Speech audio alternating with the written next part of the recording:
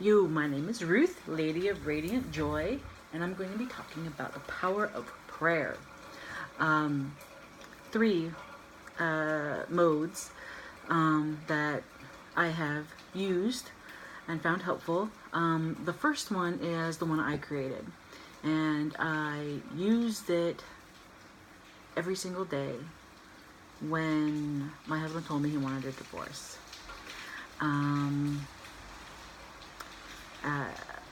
Every single day, on my knees, not always, well, mostly on my knees, at least in the morning, because sometimes in the middle of the day I have to say it again, because my anxiety would go up, because my intent was to do everything I could to repair the marriage, and then if he were to choose to still want a divorce, then I will have known that I did everything possible that I could have done. So, and for a quick end of the story is, we got back together after being separated for 2 years, and we've been married for 18 years. Okay, and this was many moons ago. Alrighty, at the time, I always said, Dear Heavenly Father. Now I might say, Dear Creator, Dear Heavenly Father and Mother, or something else. Any of that stuff works. So I'm just going to go with what I did at the time the most, when I created the prayer and used it literally every day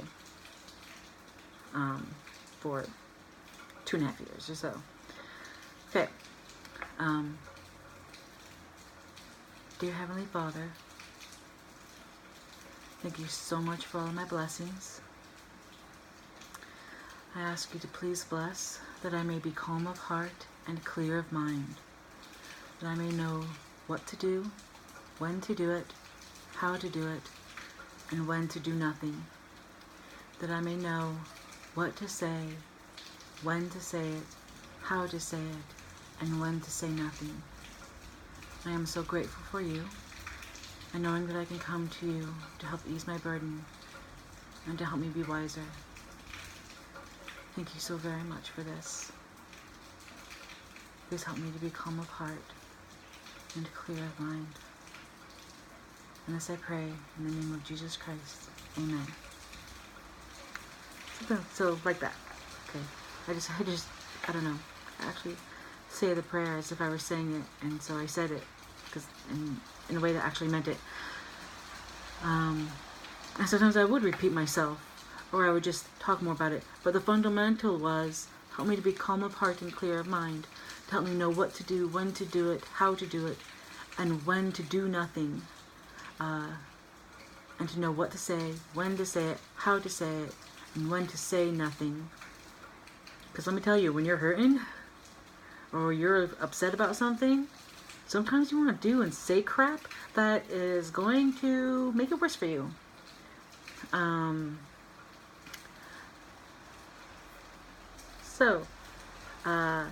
And I will always have gratitude in there.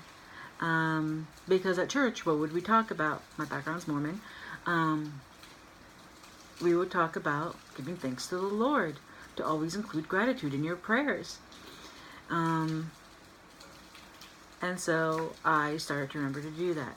And when I would pray this, I would often imagine myself going about my day, doing those things, and getting the guidance that I needed, and feeling what it would feel like to get that guidance. You know, I would feel it in my heart, or a sudden knowing, or just a funny little inkling, or just sudden blankness, like I don't know what to do or what to say, and that would be mean like, nope, you say nothing. Shut up. In a really nice way, because it's God. God can be really nice sometimes when you're asking for help.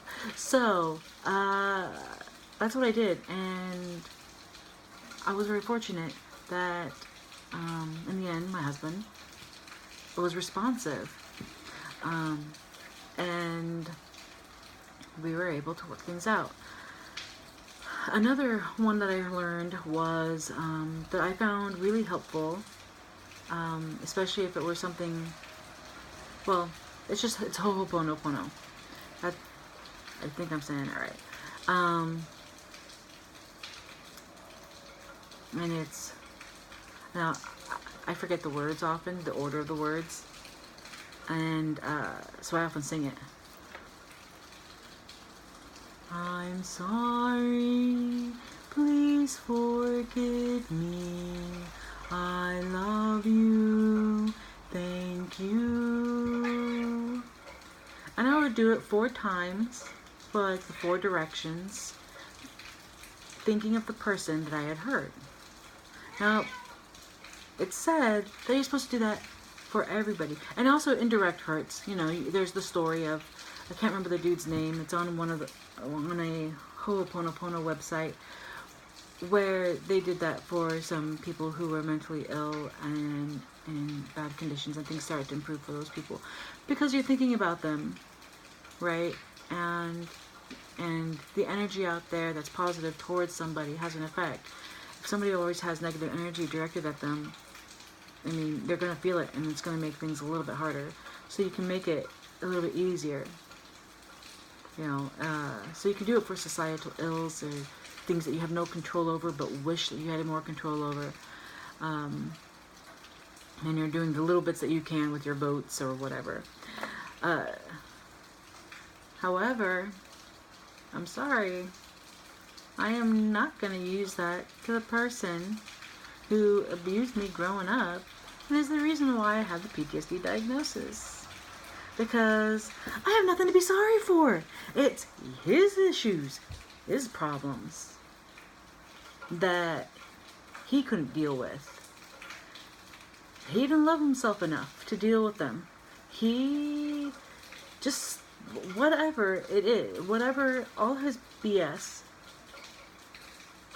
directed toward me and others. And I didn't do anything because I was a little kid. There's nothing for me to be sorry for. So I was like, nope. However, recently,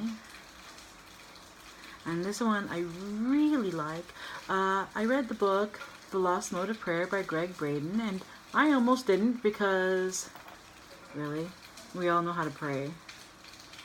I had a big attitude, like, whatever. But what I like is it talked about a story about a guy who would pray rain instead of praying for rain. And I realized reading that story that the prayer that I created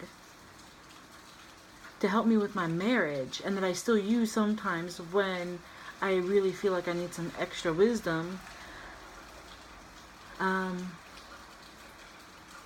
it was how I prayed for it, because I would feel it in my body as if it were happening. I would express gratitude, and gratitude for the experience of being helped in this fashion, and being specific as I was. So it was really cool to realize that, oh hey, I was doing it right and I didn't know anything about that kind of metaphysical aspect of things or whatever. And I like that, but he goes a farther and he talks about a mode of prayer where you bless the person who was hurt. Blessings be upon this person who was hurt. You bless the person who did the hurting. And then you bless all of the witnesses. And that to me is super powerful, because sometimes you're not the one directly harmed. You're not the one directly doing the hurting, but you're witnessing it. We witness stuff all the time on the news. You know, children being separated from their parents when they came here for asylum, which is totally legal to do, to come to our country for asylum. We have a whole process for that. And then separating the families instead of keeping them in the same jails. But not only just separating them, separating really young ones, and all that's just, it's ridiculous. With no oversight, no keeping track of who's who, so kids are getting lost, and it's been really bad. it's been really bad for the mental health of those children. And I mean, it's bad for the parents too. So who's being harmed? Those people. Who did the harming? The government that ordered it, and the people actually doing it. And who's witnessing it? Everybody who reads about it, everybody who is trying to do something about it. You know, the ones who are running the centers, who are like, why are we even doing this? The ones who are trying to help these families get their kids back. All sorts of, a lot of witnesses. And that's just like a world thing. It could be you're a teacher and you witness, one kid bullies another kid. Well, you bless the kid who just got bullied. You bless the kid who did the bullying, because they're bullying because something's going on with them. They feel like that's okay, and that's the way to have power. And then you bless all the people who are going to see it, because kids are going to see that. And I really like that. I just do it in my own way.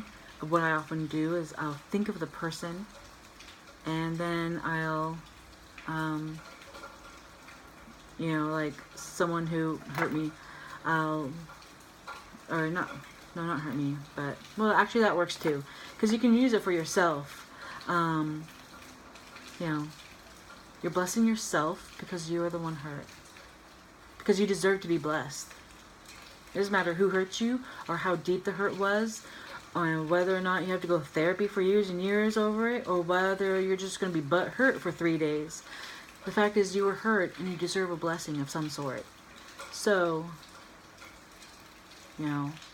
what I would do is visualize myself in that pain, and I would just like bless the person who was hurt, and I would envision myself bless the person who hurt me, and I would envision the person who hurt me, and bless any of the witnesses of it. And sometimes when I do that, because sometimes there's a witness, right? Sometimes when I do that, I'm thinking not just humans. I'm thinking of my cats. I'm thinking of the planet, the animals. I'm thinking of people on the other side who are hanging around trying to care for me, and help me on the other side.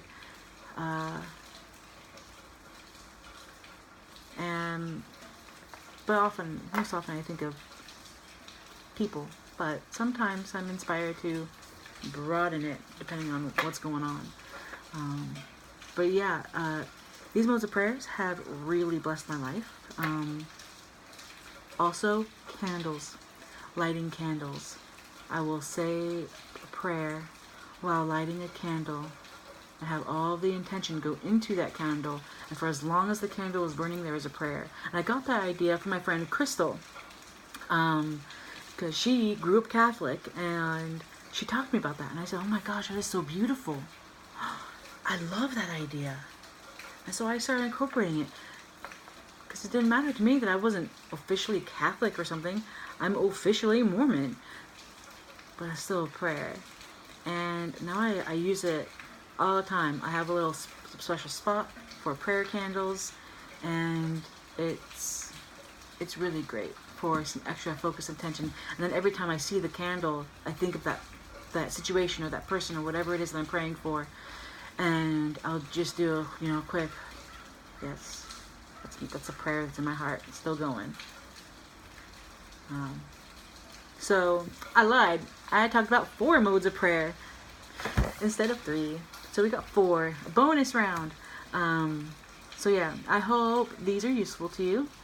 Feel free to ask me any questions about anything, and any video of mine. You can totally just ask me any questions.